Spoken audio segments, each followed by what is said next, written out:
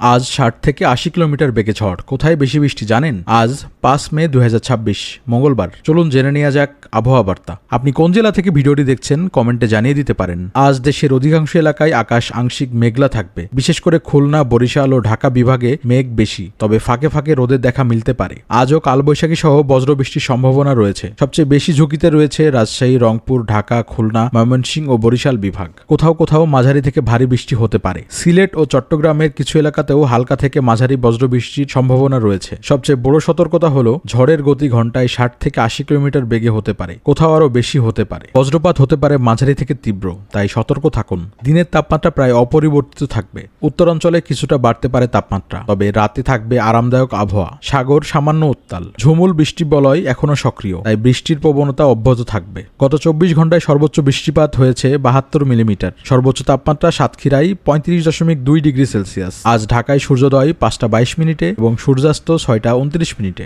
আবহাওয়া হঠাৎ বদলাতে পারে, সতর্ক থাকুন, নিরাপদে থাকুন।